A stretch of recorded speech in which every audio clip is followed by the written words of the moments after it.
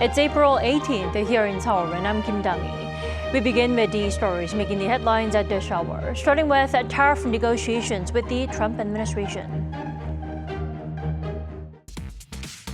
The U.S. will make a very good trade deal with China, U.S. President Donald Trump touted on Thursday, as countries around the world have begun tariff talks with the U.S. Trump also threatened to remove Fed Chair Jerome Powell for not lowering interest rates. And ahead of South Korea's turn for tariff negotiations with the U.S. next week, Seoul's Foreign Minister Tariff showed confidence that shipbuilding and liquefied natural gas, which Trump himself mentioned, will be used as a leverage in the upcoming talks. The government walked back its plan to expand the medical school enrollment quota for 2026 to end disruption to medical education and boycotts by medical school students. That means the quota will be reverted to 3,058, the same as in 2024 and before. The Trump administration has buckled down to holding tariff talks with the top 15 economies. And now that could include China, with Trump now hinting a deal with Beijing could be sealed within a month. Our Choi Soo-hyung starts us off. U.S. President Donald Trump says he believes trade negotiations with China will be done over the next 3 to 4 weeks. We'll have a deal. I think we're going to make a very good deal with China. I think that you will see we'll make a very good deal with China. He said the U.S. is in talks with China, adding that Beijing had reached out several times. On Thursday local time, during a meeting in White House with Italian Prime Minister Giorgia Meloni, President Trump also said that he's not concerned about Chinese President Xi Jinping building alliances during his Southeast Asia tour in response to U.S. tariffs. Meanwhile, as the U.S. begins tariff negotiations with other countries during a 90-day pause, President Trump said on Wednesday local time that he had very productive talks with Japan and Mexico. He posted on his social media that he made great progress in talks with the Japanese trade delegation led by Minister for Economic Revitalization, Ryosei Akazawa. However, on Thursday, Japanese Prime Minister Shigeru Ishiba said there are still differences between the two countries and announced plans to meet directly with President Trump. President Trump emphasized that while other countries want to negotiate more than the U.S., it's the U.S. that decides the deals. U.S. Treasury Secretary Scott Bessent also said they are prioritizing negotiations with the world's major economies. We're working on the big 15 economies first. We had a fantastic meeting with Japan yesterday. I believe there have been calls with the EU already. And then we have South Korea coming in next week. South Korea's Deputy Prime Minister and Minister of Economy and Finance Choi Sang-mok and Trade Minister An Duk-gun are expected to visit Washington soon. Choi Soo-hyung, Arirang News. And ahead of South Korea-U.S. tariff talks, Seoul's Foreign Minister Tariff said South Korea is trying to reach good outcomes through talks on industries like shipbuilding and LNG. During his visit to Vietnam, Cho said that President Trump specifically mentioned those sectors. He said these are areas where only countries like South Korea or Japan can really compete, giving the country strong leverage. Minister Jo also said the Trump administration seems to want to prioritize the talks with certain countries for better results, and that South Korea plans to stay in close contact with Vietnam in responding to U.S. tariffs. U.S. President Donald Trump snapped back at the Fed Chair Jerome Powell a day after Powell warned of potential economic consequences from tariffs. However, central banks around the world appear to be on the same page as Powell. Lee Seung-jae reports. U.S. President Donald Trump continued to increase the pressure on U.S. Fed Chairman Jerome Powell on Thursday, stressing that he should lower interest rates. He also said Powell's termination cannot come fast enough. Trump's comments on Powell came a day after the U.S. Fed chair warned of potential economic consequences from U.S. tariff policies, saying they would likely generate higher inflation and slower growth. Trump also responded to a reporter's comment at the Oval Office on the same day that Powell said he wouldn't leave his post even if told to by the U.S. leader. Oh, he'll leave. If I ask him to, he'll be out of there. But I don't think he's doing the job. He's too late, always too late, a little slow, and I'm not happy with him. I let him know it, and if I want him out, he'll be out of there real fast, believe me. However, Powell's concerns appear to have been echoed by other central banks around the world. This includes the European Central Bank President Christine Lagarde, who said the sharp increase in tensions in international trade and the resulting uncertainty are likely to reduce exports in the Eurozone and lower growth. World Bank President Ajay Banga also expressed his concerns over Trump's tariff policies earlier this week, stressing that tariff hikes create conflicts that result in lower transparency and growth. International organizations are also warning of an economic slowdown. The World Trade Organization said international trade volumes will decrease this year, while the International Monetary Fund said that there will be a notable downward revision in the new economic outlook report to be released next week. 이승재, Arirang News. Japan's tariff talks with the U.S. this week did not proceed as expected, with Trump's abrupt involvement in the discussion. How should South Korea make itself ready for its own negotiations next week? We are joined by Professor Shim Young-gyu. Welcome back, Professor Shim. Thank you for having me. Thanks for joining us. Why do you think Trump joined the discussions out of nowhere, or is it not a surprise that it's Trump who did so? Yes, as you just pointed out, it's not a surprise move. It seems that all the steps we have observed are in line with his and his administration's regular strategy for the negotiation. It particularly works for countries like South Korea, which is a small open economy that heavily depends on the U.S. and export, so that lacks of negotiation power. What the U.S. first does is to suggest a policy that the other countries cannot really endure. It is associated with a sort of threat that it will not negotiate on it to make the suggestions seem more credible. And then they continue to talk after some time, as we have already seen in his first term. In this sense, the series of current events are not that shocking, while some of them are even worse than we could imagine. Well, the U.S. reportedly also mentioned a potential increase in Japan's defense budget. What should South Korea do if the U.S. tries to squeeze in a defense cost-sharing deal at next week's meeting? I mean, should we play along or what? Yes, it's natural to expect that the U.S. will try to squeeze a defense cost-sharing deal with Korea, like it does with Japan. With that, I think one of the best strategies would be not to put it on the table at first and wait as long as it can. It seems that the Trump administration wants to connect the negotiation on the trade with the renegotiation of defense budget. And from the perspective of Korea, I don't believe that it will gain much from suggesting the adjustment of defense budget at first, because it could only lower the negotiation power of Korea. It should first focus on the trade deal itself and try its best to close the deal.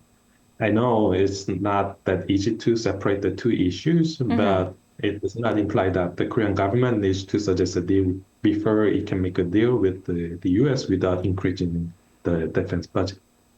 So tariff talks first for South Korea. Now, the U.S. and Japan are also looking to arrange another round of talks this month, which means it's going to be hard for South Korea to make it a one-shot deal. What should South Korea aim for at the first meeting next week then, Professor Shim? Yes, it will take some time to make a deal. I think there are two important tasks at the first meeting. First, Korean government needs to figure out what the U.S. officials really want. Second, it needs to persuade the U.S. officials with the logic and the data that free trade with lower tariffs can really improve the welfare of both the U.S. and Korea and the other countries. As is already well reported, higher tariffs with greater uncertainty surrounding the world seems to make the U.S. economy enter the recession, while it can potentially increase the price level. Since this situation will not be endurable for most of the U.S. people, I think having patience with the negotiation procedure is really needed, because the U.S. government will need to accommodate both their worsening economic situations and their gains from the negotiation. And it's South Korea's finance minister who will be leading the delegation to the U.S. next week.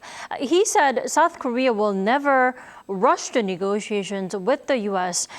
Shouldn't we speed things up? Yeah, I agree with him in the sense that we should not rush the negotiations with the U.S. First, so they have given the 90-day delay, but that is not really guaranteed. It can be shortened or further delayed depending on the talks with other countries. Actually, this is what we have already seen in the last few days.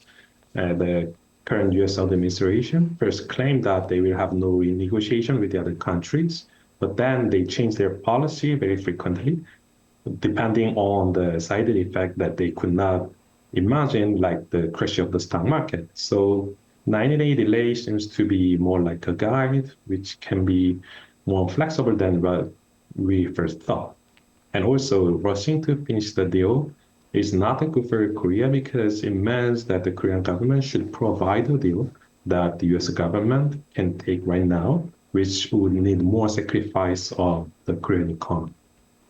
Then are you saying that all tariff deals won't be concluded within the 90 days because there are easily over 70 countries for the U.S. to talk to?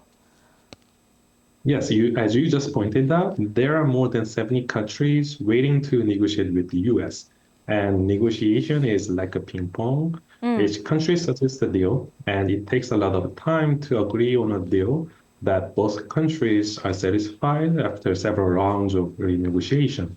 Also, the U.S. government seems to wait for the changes in the stance of China on the trade, which seems to take even more time. So if we take all these factors together, I think there will be further changes in the 90 days delay at some point, which implies that we should not rush to make a deal. All right, Professor Shim, thank you so much for connecting with us this morning. You enjoy your evening there. Thank you. Now, on to the latest on the Ukraine war. Trump said Thursday that Washington and Kyiv could sign a minerals and economic cooperation deal as soon as next Thursday. Speaking to reporters at the White House, the U.S. president added that he assumes Kyiv will live up to the deal. Trump also said that while he doesn't hold Ukrainian President Volodymyr Zelensky responsible for Russia's invasion, he is not a big fan of the Ukrainian leader. Also on Thursday, U.S. and Ukrainian officials held talks with their British, French, and German counterparts. Ukraine and the three European countries expressed their shared support for Trump's efforts to bring an end to the war. Now, more meetings in the same format will take place next week in London.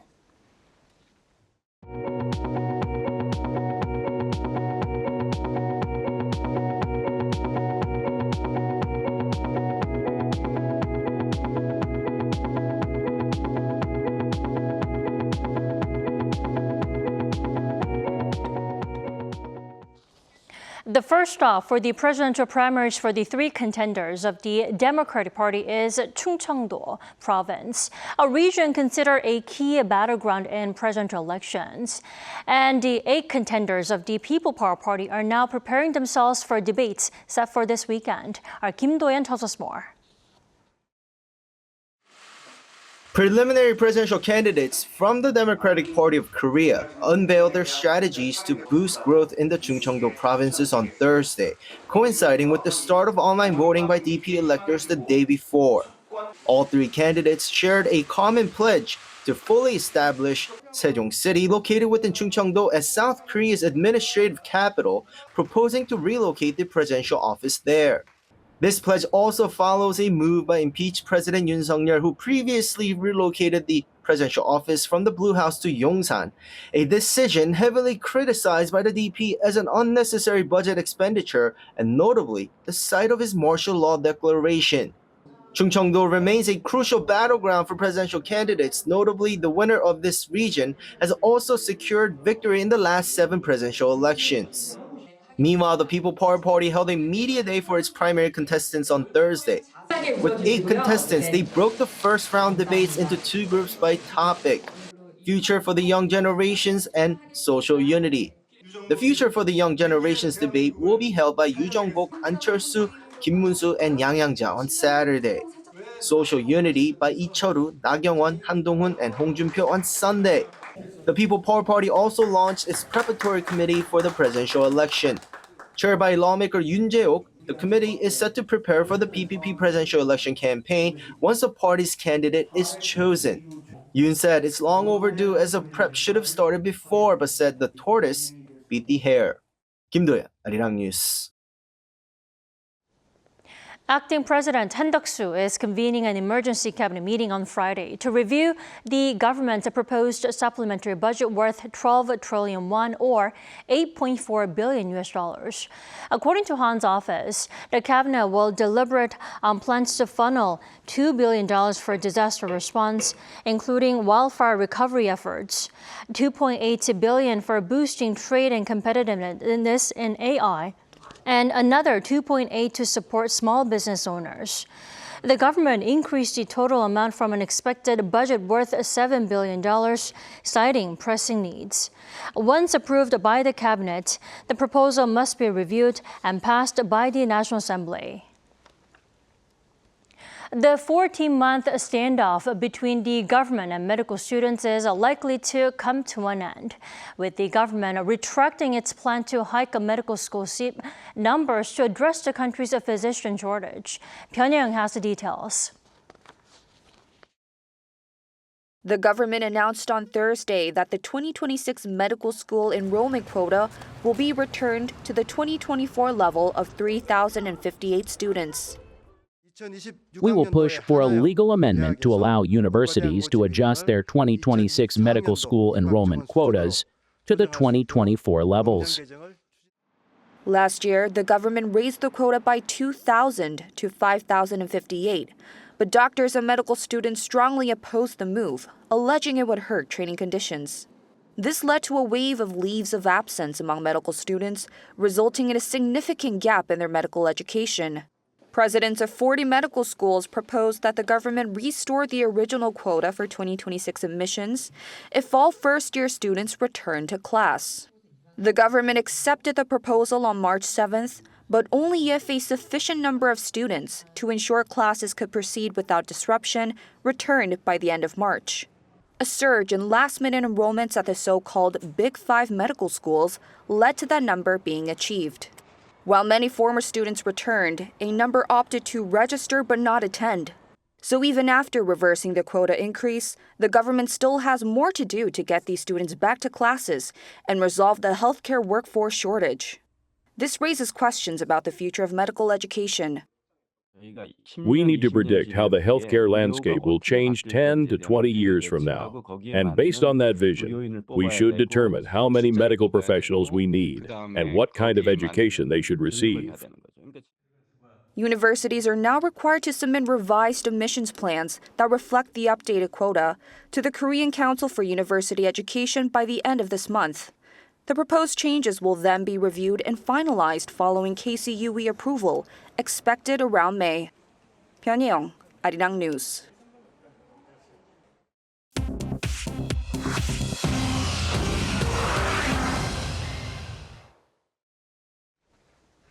Now let's take a look at some stories from around the world with our Choi Ji-hee. Good morning, Ji-hee. Good morning, Tommy. So why don't we begin in the U.S., where a shooting has occurred at a university campus over in Florida. Yes, a shooting on Thursday at Florida State University has led to 2 deaths and at least 5 injuries. The suspect has been identified as a 20-year-old student at FSU and the son of a local sheriff's deputy. Authorities report that he used his mother's handgun in the attack. The incident began around 11:50 a.m. local time near the university's student union. There were 8 to 10 gunshots before responding officers confronted the shooter, who was shot after failing to comply with commands and then taken into custody. The 2 people who lost their lives were not students. One of the injured remains in critical condition, and the motive behind the shooting is still under investigation. It was the second significant campus shooting at FSU following a 2014 incident at the university library. Over in Russia, the Supreme Court has officially removed Afghanistan's ruling Taliban from its list of banned terrorist organizations, a designation that had been in place since 2003. While the Taliban remains unrecognized as Afghanistan's official government, the ruling on Thursday local time reflects Moscow's intent to normalize ties. It also reflects efforts to collaborate with the Taliban to counter threats posed by Islamic State Khorasan, which has been responsible for deadly attacks in both Russia and Afghanistan. Russia's attitude toward the Taliban has changed over the past 2 decades. It was the first country to open a business representative office in Kabul after the Taliban's takeover, seeing the group as a strategic partner to advance its political and economic interests. In Italy, near Naples, 4 people died and 1 person was critically injured when a cable car crashed on Thursday. The victims included 2 British tourists, an Israeli woman, and the cable car operator. According to reports, the cable car crashed to the ground after a traction cable snapped during its ascent. The incident occurred on Monte Fado, a popular tourist destination known for its panoramic views of the Bay of Naples. Prime Minister Giorgia Meloni, who is visiting the U.S., extended her condolences to the victims' families from Washington, D.C., and emphasized the government's commitment to uncovering the cause of this tragedy. Finally, in the UK, author F. Scott Fitzgerald's classic 1925 novel, The Great Gatsby, has been brought to life on the musical stage in London's West End. While an official opening is scheduled for April 24th and previews began on April 11th, the show's launch event was held on Wednesday. The production features Jamie Moscato as Gatsby, Frances Mailey McCann as Daisy Buchanan, and Corbin Bleu as Nick Carraway, the narrator. After its Broadway run, the adaptation received praise for its vibrant energy and lavish production, allowing audiences to immerse themselves in Jay Gatsby's dazzling world through a theatrical experience. The musical will run at the London Coliseum until September 7th.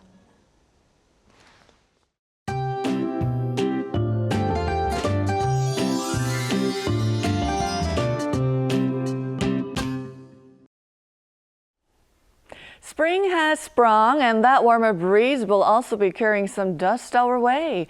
We're expecting ultrafine dust levels to rise to unhealthy levels in the capital area from the afternoon. Meanwhile, some of the East Coast regions might also affect the yellow dust during the day today.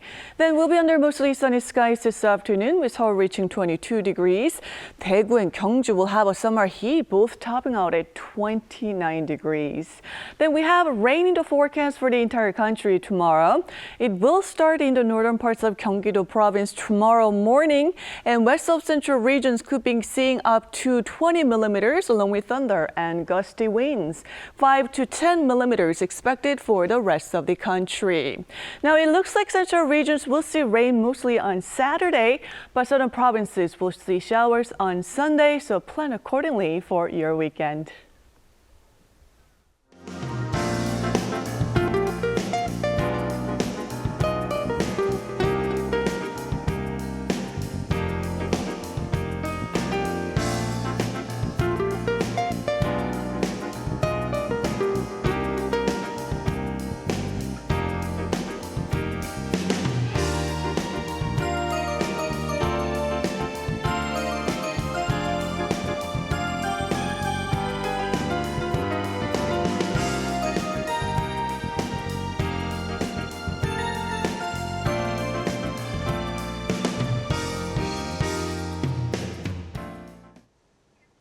That is all we have for this morning. New Day at Arirang will be back next Monday at the same time, 10 a.m. Korea time. Thanks for watching.